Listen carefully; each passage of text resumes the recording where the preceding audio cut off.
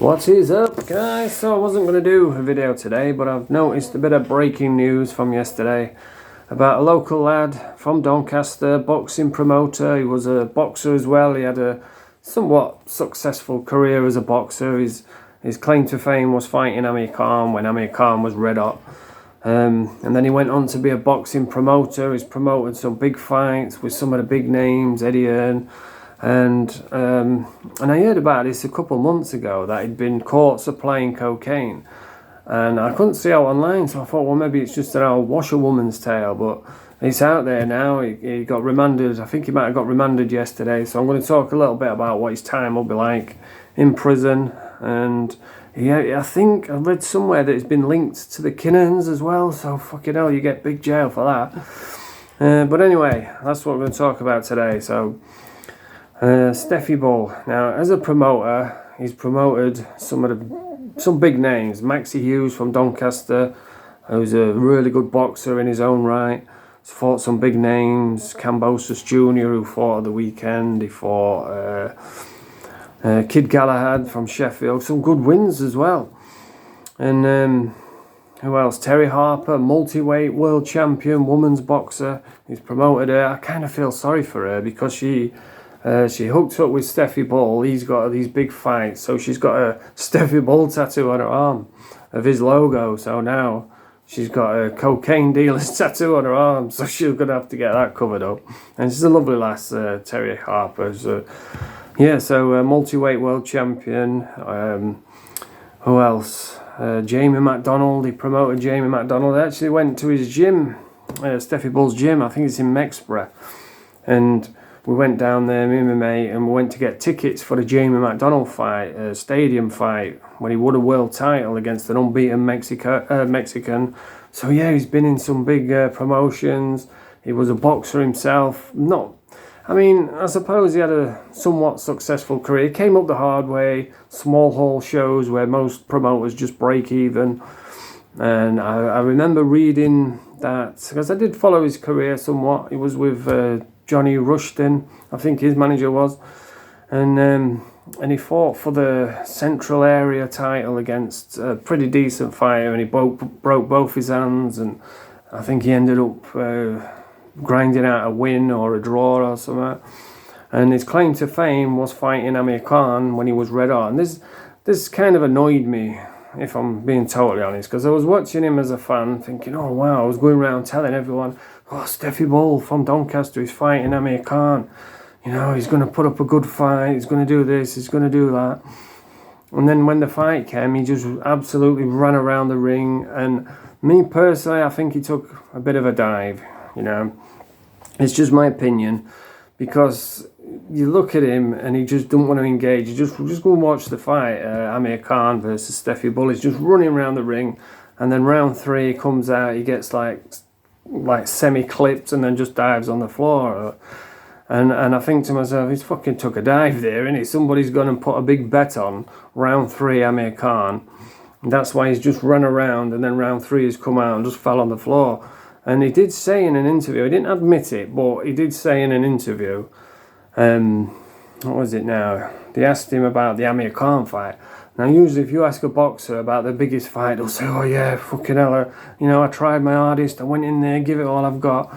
But he didn't say that. The first thing he said was, oh yeah, that paid for my wedding and holiday, and started giggling. And I was like, something dodgy there. So, it's all kind of making sense now that he's been done for supplying coke. He's a bit of a rogue, isn't he, in the underworld.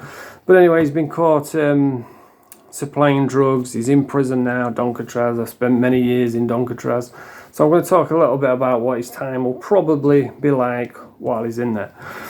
So he'll have been in the Donny police cells probably for a couple of days while they interview him, charge him, and go through all the nonsense. And those cells are treacherous.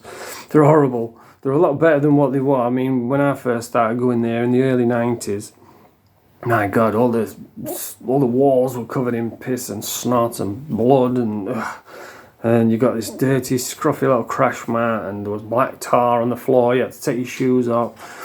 And the first time I got there, the food what you got was it was ages ago.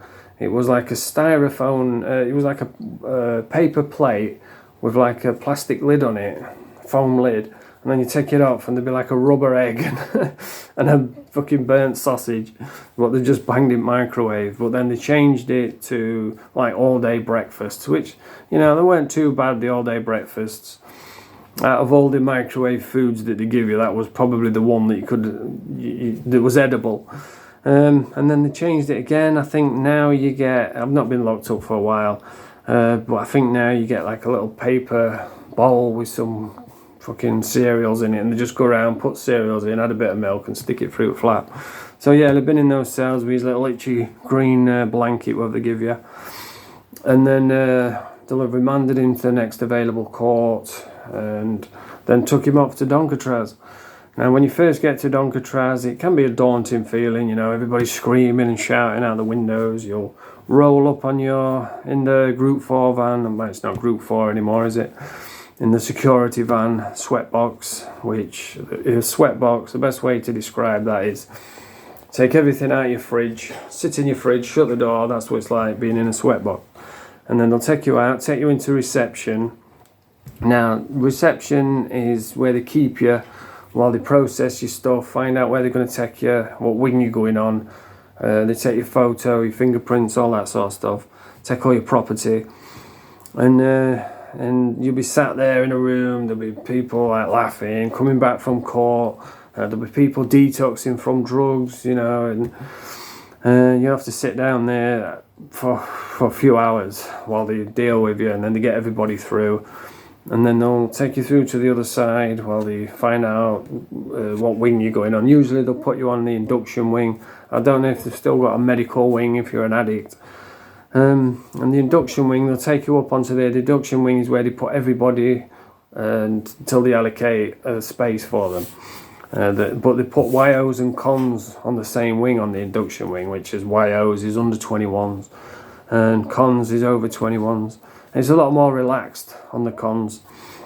So yeah, we'll put him in his cell. Now, a typical cell in Doncaster, the last time I was there was a telly, like a little flat screen telly with real basic channels on it, and they used to put a movie on loop as well on a movie channel. What else? You got a kettle, one of those travel kettles, but you're lucky if you get one of those. Most times you'll go in, they'll be out there because someone will have nicked it, and then you'll have to go and graft one. What else? Kettle, TV, there's like a bed, obviously, a toilet, a desk. It's not a desk, it's like a metal thing stuck in the wall for you to write on, and there'll be like a metal thing on the wall to put your clothes or whatever.